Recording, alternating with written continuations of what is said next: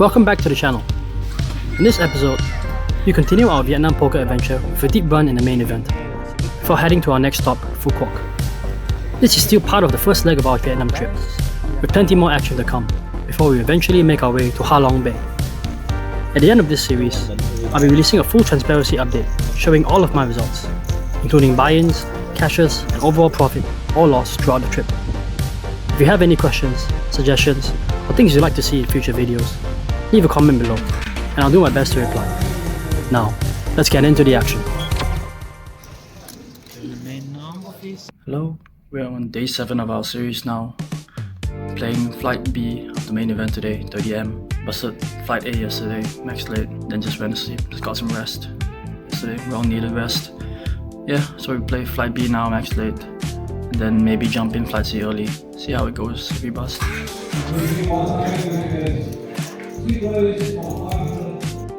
Okay, update. We have busted main event, both flights today. Busted Flight C earlier and then busted Flight D right after. Yeah, we had one interesting hand with a bad call off, blind v blind with ace 10 versus ace king on ace queen 6 turn 8. We check call flop and call the turn jam and bust. Sorry, not bust. We left with 20 big blinds. And then right after that we run jacks into kings and we end up busting. Yeah. Got some pizza though, which looks pretty good. Why do you keep laughing? I'm done.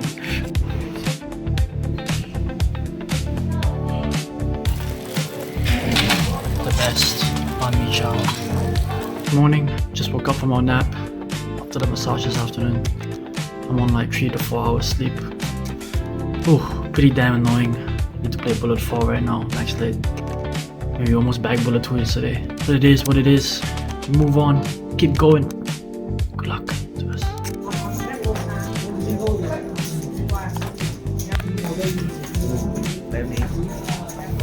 So we are now on our third bullet of the main event. Our very last max late bullet. And this is the first hand we play to build our stack. The blinds are 1.5k, 3k. And we are playing around 23 big blinds effective. We open ace 5 of clubs to 6k from under the gun 7, and only big blind calls. The flop is queen queen 9, 2 clubs and 1 spade. He checks and we decide to bet small. We want to keep all of his garbage in, or still letting him call out of his draws and hands that don't have much equity. He calls and the turn is an offsuit 4. He checks and we decide to check back this one. We don't want to get check raised and get blasted off our hand. The river comes an offsuit 7, and he leads 20k pretty quickly, around 90% pot. It seems to me that he's trying to scare us into folding based on how quick and how large he decided to bet. We still beat a lot of his bluffs, such as jack 10 off, 9 10 off, and random hands that he decided to float. I think very often he would raise a queen and sometimes an 8 on the flop, in order to get some value and charge the draws, especially when I bet such a small size. Would he be value betting a 7 here? I don't think so because of his big size. We make the call and he shows king 6 offsuit. This shows that versus the small size, people tend to float too many hands. Immediately right after, it's blind versus blind now against the same opponent. It falls to him in the small blind and he makes it 6k, a min raise. What this tells me is that he has a mediocre hand. We peel pocket 2s in big blind and we like to call. We get the set mine in position while keeping SPR high. The flop comes jack 3 deuce rainbow. We flop a set and we're loving life. He bets 6k and we call. Decide to let him keep betting with his dire range. The turn comes to 7 and he bets 25k, almost pot. Given his big sizing here and not many draws present, we decide to just call. We don't need to raise and scare off his hands. SPR will already be low enough on the river. The river drops a king and he continues betting for 35k, with 45k behind. Well, nothing else to do here, we posture a bit and jam, and he ends up snapping us with king jack top 2 pair. We initially thought he was tilted and just wanted to blast off against me, well, but turns out to just be a cooler, lucky for us.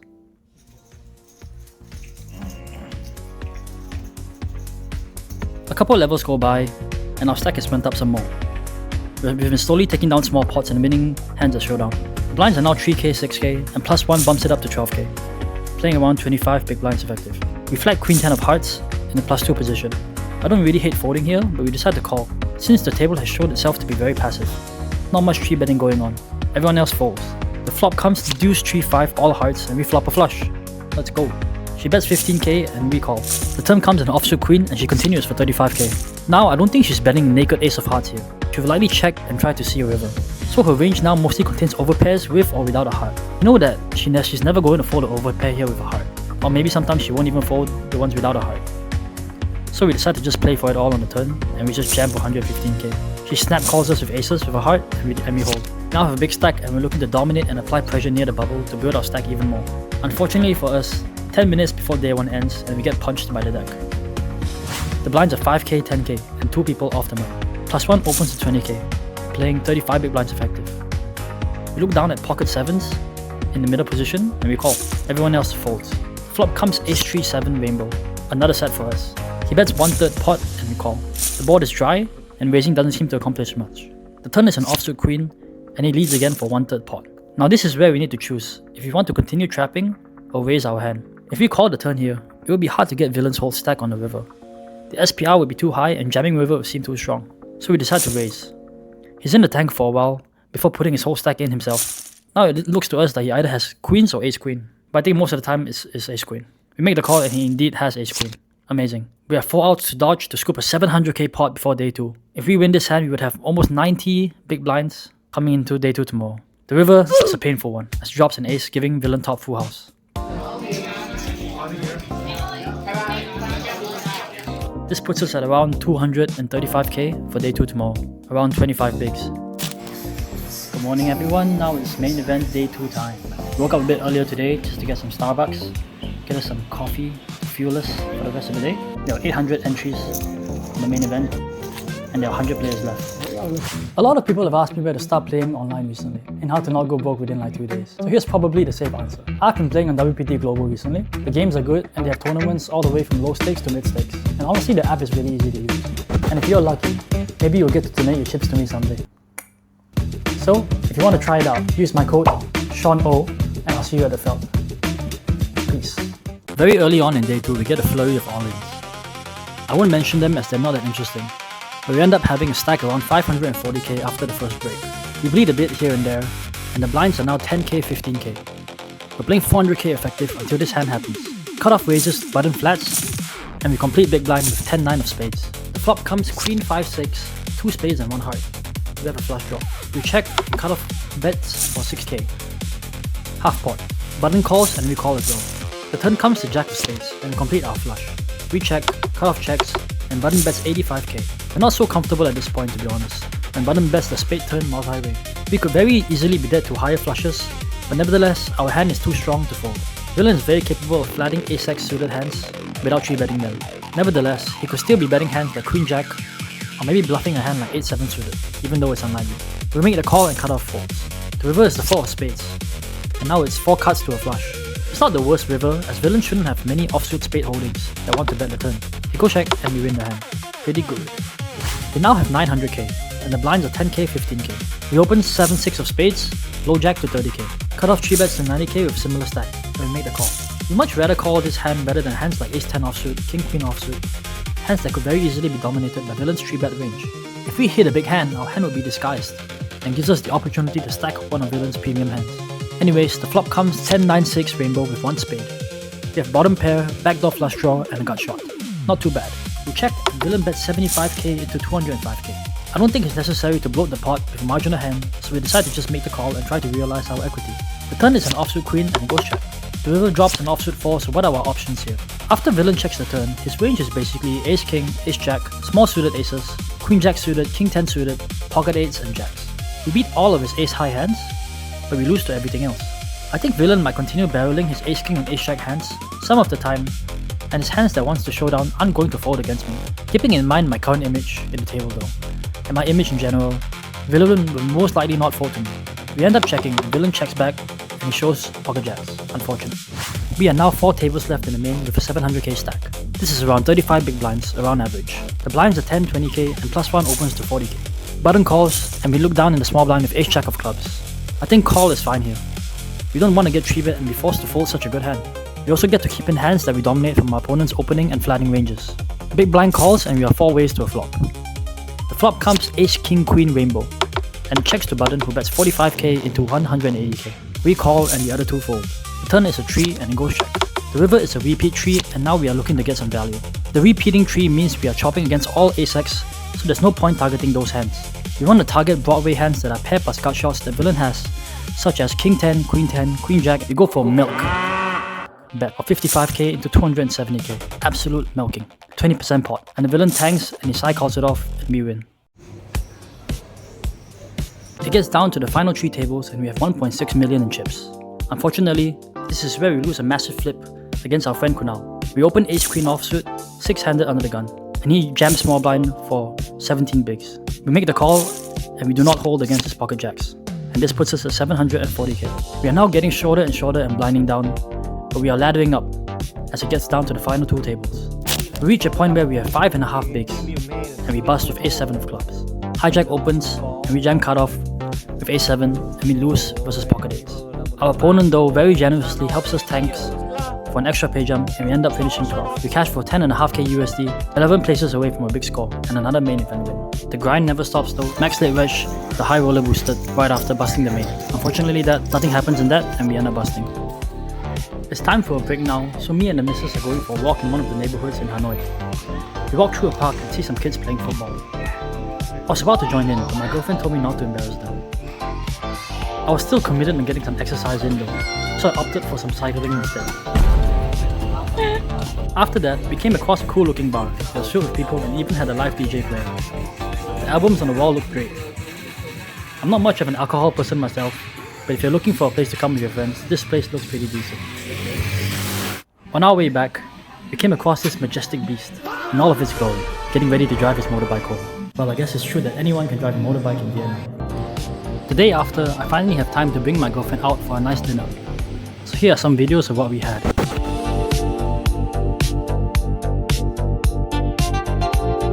The highlight of the dinner though has to be this marshmallow that grew bigger once you add water to it.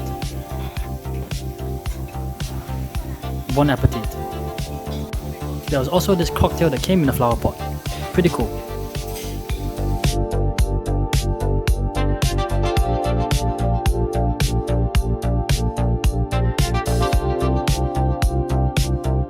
We get back to our hotel and we check out the games room. We're staying at Grand Plaza Hotel and it's our first time coming here. It's pretty cool. They have 2 racing simulators, 10 PCs, a PS5 and also a Nintendo Switch. There's also an escape room here, but we missed the timing to try it, as it's our last day here. We get some rest, and in the morning, I got a peanut bakso at the hotel lobby, which was absolutely phenomenal. Highly recommended. It's time to catch my flight to VPT Quoc. Here are my results for VPL Hanoi. We played 12 total bullets, which took us around 60 hours of time at the felt. Our ITM ratio was 25%. We profited 717 million Vietnam dollars, which translates to around 27,000 USD. Not too bad. We boarded our flight, and despite staying within Vietnam, it was still around a 2-hour journey. After arriving, the first thing we did was to go in search of some seafood for dinner. Before the poker action began, we spent some time exploring the area and taking in some of the beautiful views around the resort and surrounding coastline. Later that evening, we headed down by the river, and we even managed to catch a boat show that takes place every night around 9 PM. It was a pretty cool way to end our first day in Quoc before getting ready for the tournament ahead. Hello guys, we are now walking towards the venue. I'll show you guys what it looks like in a bit. So this is the venue, I think, VPT, Vietnam Poker Tour, Grand Ballroom. Heading in now. Not many people now. Virtual desk is here. The following day, it was finally time to take our seats for our first tournament of the series, the Superstar event, featuring a 3k USD buy-in. Before heading to the tables, we stopped by the registration counter to collect our tournament package, along with our event entries. We also received complimentary drink vouchers and even free massage vouchers, which definitely came in handy during a long poker series. Hello, we're now on 15-minute break and the registration. Starting stack 300k and we have 850. So very good start for us with the max day reg. Update you guys later. Turnout is pretty good.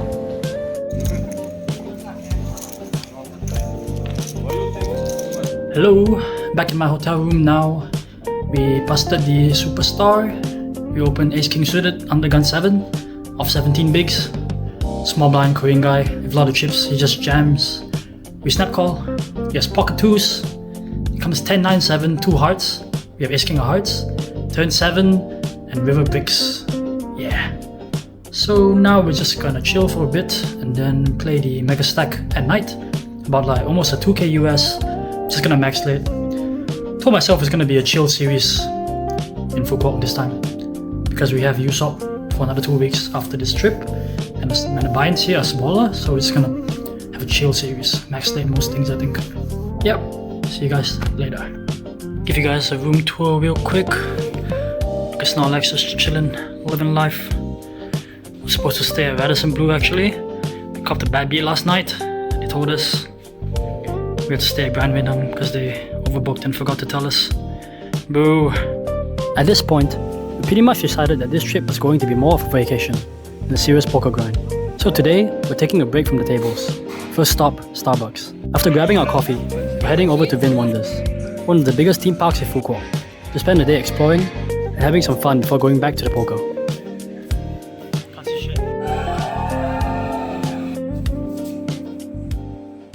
Just finished a very long day. Very fun day though at the amusement park. Now we're gonna max late reg, single day high roller, and then main event right after if we bust. Good luck.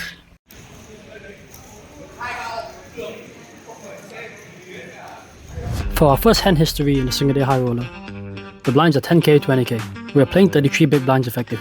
We open button with ace king suited to 45k. A small blind and aggressive player makes it 150k. We decide to click back and induce him and raise it to 300k. He tanks for a while and ends up shipping his whole stack for 650k. We snap call and he shows king queen offsuit. The induce has been successful. Now we just need a fade. The flop is a devastating one. Comes king queen 5. The turn is a 4. And the river brings us justice and drops an ace, securing us a 1.3 million chip pot. We win small pots here and there and we get to FT with 9 people remaining. But only 8 people are paid. So we are now on the stone bubble. It takes forever, the shorties keep doubling up over and over, slowly making us more likely at risk to bubble. Until this hand happens. Under the gun 9 opens. Button calls off 10 big blinds, and big blind also completes. The flop comes ace jack 5 rainbow. Big blind checks, and under the gun 9 bets 1.5 bigs. Button snap jams and big blind calls. And undergun snap calls both their jams. What the hell is going on? We are now witnessing a 3-way all-in. Button tables ace 10 off, big blind shows ace queen off, and undergun has pocket jacks for a set, having both of them effectively dead. The run out is clean, and we have a double knockout, putting us at 7 people remaining. I didn't end up recording many hands, but here's our bust out hand. There are 3 left, and we are now chip leader by a small amount. Button accidentally limps when he wanted to raise. We make it 3.5 big blinds from the small blind with pocket 9s. Big blind folds and Button ends up jamming for 35 big blinds. We make the call and he shows pocket deuces. We are now an 80% favorite to be giga chip lead heads up if he just faded 2. Unfortunately, he flops a set and we are crippled to 6 big blinds. As it turns out, spending the day riding roller coasters instead of studying ranges might have been a secret strategy, because we managed to run deep and make the final table. Maybe team park before poker is the good juju we've all been looking for. The very next hand, we jam ace 8 offsuit, and the same guy calls big blind with ace 3 offsuit, and he ends up rivering a flush. Feels bad, man. So, unfortunately this tournament, we end up in 3rd place. So in Quoc, we end up only firing 7 tournaments with only 9 bullets in total. Our in the money ratio is 11.1%, and our total buy-ins is around 16k USD. Our total cash out is only around 7k USD, which means we lost around 9k USD in total. We play a couple tournaments after that, but nothing much happens. So here are just clips of me enjoying life in Quoc. Ooh, got some room service. Look at that, looks fucking good, eh?